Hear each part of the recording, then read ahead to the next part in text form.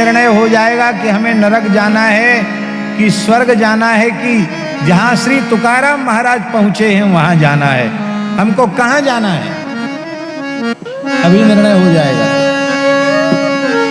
जिह्वा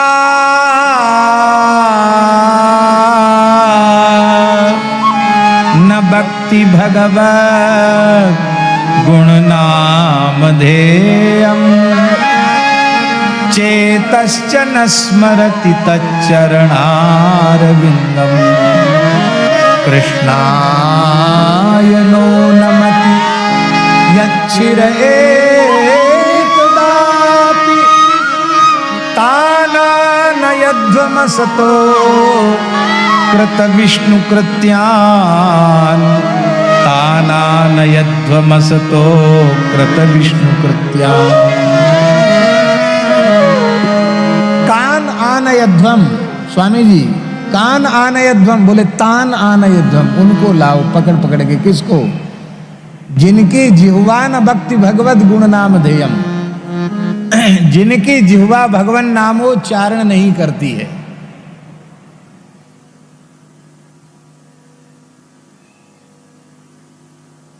एक निम्बार्क संप्रदाय के महात्मा थे, उनका नाम था श्री चतुर्दास जी।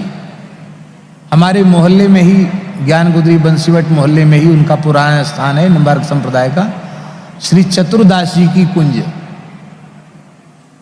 मुरैना के थे, विप्रकुल का शरीर था और बचपन से ही राम नाम के जप में लग गए थे। राम नाम जप के सिद्ध हो गए थे, भगवत साक्षात्कार उनको हो चुका था, पर किसी के चेला नहीं थे, शिष्य नहीं थे।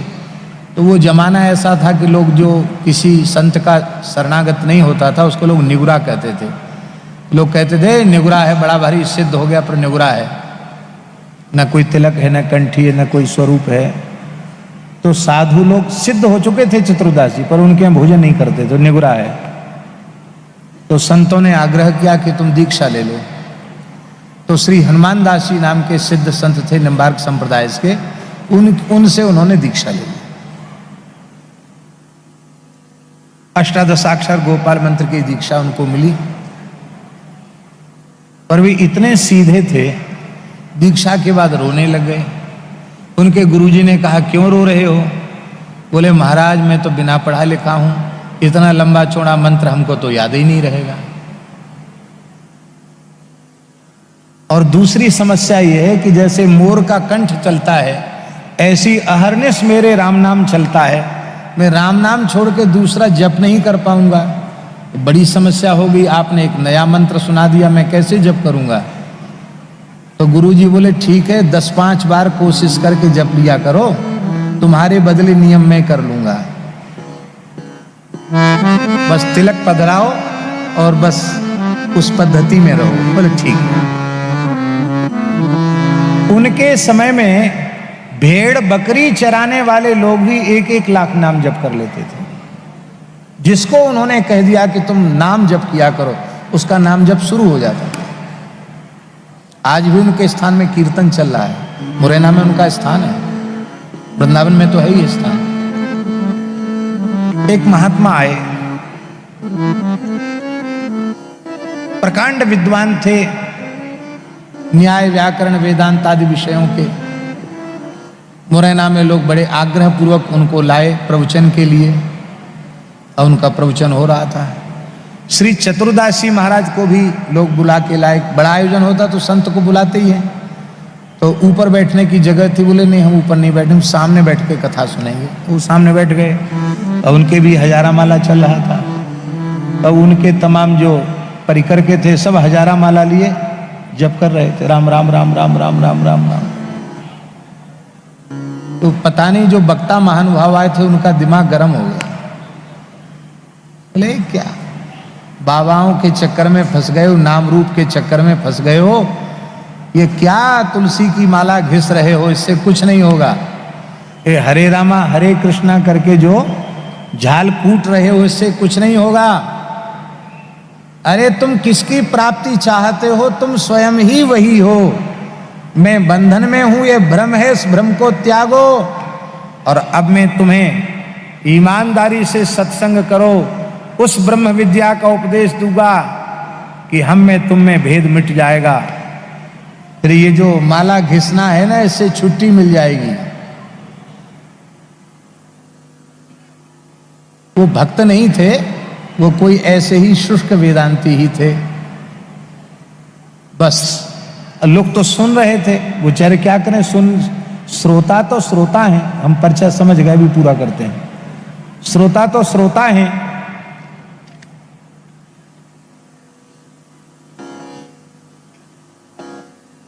श्रोता तो श्रोता हैं, उनकी तो मजबूरी है सुनना।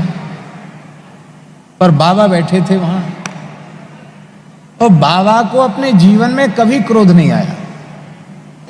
जैसे हम सबके परम श्रद्धे वारकरी शिक्षण संस्था के प्रमुख प्रातस्मरणीय पूज्य श्री मारुति बाबा, जो ज्ञान वृद्ध वयोवृद्ध हैं, हम सबके मध्य विराजमान हैं।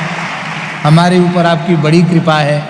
वर्ष में एक बार तो वृंदावन आप पधारते ही हैं, और मलुक पीठ आपका ही स्थान है, आप कृपा पूर्वक विराजते हैं। और हमारी तो प्रार्थना है, जब जब वृंदावन पधारें, यहाँ के संत महापुरुष आप वहीं विराजें। आपके दर्शन से हमें बड़ी शांति मिलती है। तो हम बाबा का दर्शन करते, बाबा एकदम शांत, हमको लगता है शायद जीवन में कभी इनको गुस्सा नहीं आया होगा। ऐसे चतुर्दासी, तो उनको गुस्सा कभी आया नहीं। पर जैसे ही नाम की उपेक्षा उन्होंने सुनी तो आवेश हो गया, और उनको एक हुंकार किया, और नीचे बैठे हुए कब छलांग लगा के ऊपर कूद के चले गए पता नहीं चला, और ऊपर उछल के मंच पर चढ़े और वक्ता महाशय को उठाकर पकड़ के धड़ाम से पटक दिया। पटक कर चढ़ गए छाती पर, कपड़े तो फाड़ ही दिए, और लगे घूसा जमाने, ये में धल्ले राम नाम, ये में धल्ले राम नाम, वहां की भाषा में, ये में धल्ले राम नाम, इतबित की बातें क्यों करे, ये में धल्ले राम नाम, ये में धल्ले राम नाम। अब वो तो महाराज इतनी जोर से पीट रहे थे कि वो तो लगा मर ही जाएंगे बेचारे, जबकि चतुर्दासी एकहरे शरीर के थे और वक्ता दोहरे शरीर के थे। लेकिन फिर भी उस समय उनको इतनी शक्ति थी उनमें कि जोर से प्रहार कर रहे थे। लोगों ने उनको पकड़ा, और जैसे ही अलग किया तो वे बेहोश हो गए, मूर्छा में चले गए, क्योंकि उन्होंने होश हवास में कुछ किया नहीं था। उन्होंने बाद में कीर्तन किया लोगों ने, तब उनको होश आया, और वो बार बार रो करके कह रहे थे कि मैं नाम की उपेक्षा सुनकर जीवित क्यों हूं, नाम की उपेक्षा सुनकर मैं जीवित क्यों, मेरे प्राण क्यों नहीं निकल गए। इसका मतलब मुझे नाम में प्रेम नहीं है। हाय हाय, मुझे ऐसा क्यों सुनना पड़ा कि राम राम से कुछ नहीं होगा, मुझे ऐसा क्यों सुनना पड़ा। महाराज जी, इस घटना ने उस वक्ता के जीवन को बदल दिया, और उसने कहा जो जीवन भर पढ़े थे उससे जो नहीं मिला, आज एक संत के प्रहार से मिल गया। अब मैं प्रतिज्ञा करता हूं कि राम नाम छोड़कर दूसरा शब्द ही उच्चारण नहीं करूंगा।